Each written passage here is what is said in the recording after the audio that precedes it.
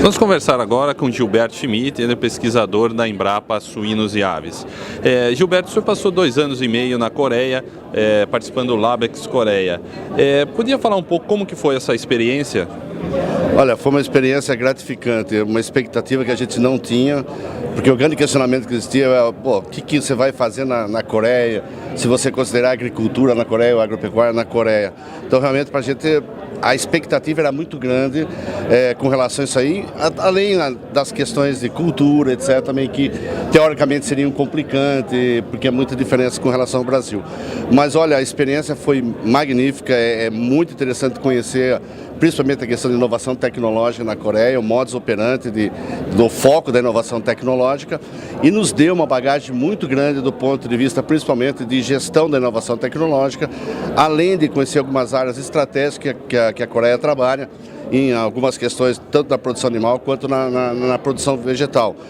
Tanto em termos de biotecnologia ou tecnologias top de linha, como também para a agricultura familiar, algumas coisas que a gente realmente ficou muito entusiasmado com a possibilidade de trazer para o Brasil algumas experiências que a Coreia tem, principalmente na questão da agricultura familiar. A chegada nossa, nós começamos a perceber que realmente nós estávamos olhando para o segundo Brasil, não o Brasil do agronegócio, o Brasil das grandes propriedades, mas também para a pequena propriedade, que eles têm uma experiência muito grande e que, ao meu ver, foi um dos pilares para o desenvolvimento da Coreia nos últimos 60 anos, que tirou a Coreia da zona da fome, da linha da fome, e trouxe para ser hoje praticamente a 11ª economia mundial, e a agricultura foi um dos pilares. Dentro dessas tecnologias que o senhor citou, quais são talvez aplicáveis aqui para o Brasil? Como que vai ser esse processo talvez de trazer essas experiências para cá? Olha, a parte de biotecnologia eles estão muito avançados e é uma experiência que nós podemos dividir com eles ou trabalhar de maneira conjunta. Eu acho que seria muito importante a parte de sanidade, a parte de insumos para a nutrição e outras áreas. Na parte vegetal, a questão de cultivo protegido e também toda essa questão relacionada com a organização dos produtores. Quer dizer, existe uma série de coisas relacionadas com tecnologias e algumas que não são puramente tecnológicas, mas que são realmente mecanismos de organização de cadeia, mecanismos de organização de produtores que vão ser realmente importantes. No caso do Labex Coreia, nós conseguimos, são vários projetos que estão em andamento, que foram estabelecidos durante o período que nós estivemos lá. No caso de produção animal, nós temos a biotecnologia na área de bovinos, a produção de aditivos para ração, no caso de suínos e aves, que é um projeto em parceria com a Embrapa Suínos e Aves, a parte de cultivo protegido, que já é uma realidade na Coreia, e eles estão muito desenvolvidos em relação ao Brasil, e muita gente diz que provavelmente cultivo protegido não é importante no Brasil em função das características do país, de clima tropical, subtropical, mas realmente nós percebemos que mesmo no Brasil é necessário começar a trabalhar nesse sentido de cultivo protegido, e automação e mecanização, que eu acho que é um dos pontos até que nós discutimos com algumas pessoas do governo, tanto estadual como federal, no sentido de trazermos essa tecnologia de automação e mecanização para o pequeno produtor, principalmente para Santa Catarina, Rio Grande do Sul, Paraná, que existe uma área muito grande do ponto de vista de pequenos agricultores.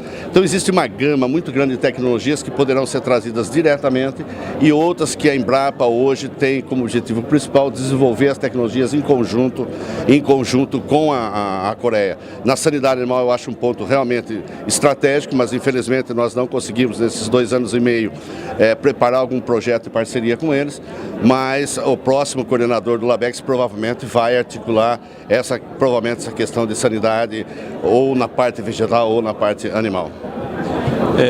A Ásia tem um grave problema com a questão da influenza aviária.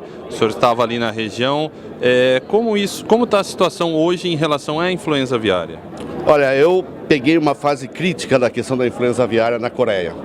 Foi agora no início desse ano, rapidamente, em menos de 30 e poucos dias, já tinham 40 pessoas, tinha sido letal para 40 pessoas. E o que eu percebi é o regime austero do governo e rápido, no sentido de fazer controle. Foi engraçado porque um dos casos do H7N8 ocorreu exatamente ao lado do escritório que eu trabalhava. Foi achado um pato, um marreco desses que migram. O animal estava morto, eles fizeram a avaliação e encontraram. Foi diagnosticado como positivo. Eles simplesmente fecharam o RDA e fizeram um controle austero no sentido de tentar segurar esse foco. Teve uma unidade do RDA, que é a instituição do qual a Embrapa mantém relacionamento, que o pessoal teve que ser mantido dentro da estrutura de produção. Não puderam sair por 45 dias, até que todas as aves e todas as pessoas fossem avaliadas com relação ao risco. Atualmente está mais ou menos sob controle, mas ainda existe uma preocupação muito grande, porque existe uma possibilidade de circular entre China, Japão e esses outros países da Ásia. Então o risco ali realmente é muito grande, mas eles vêm desenvolvendo várias tecnologias no sentido de controlar a influenza, principalmente a nível da produção animal.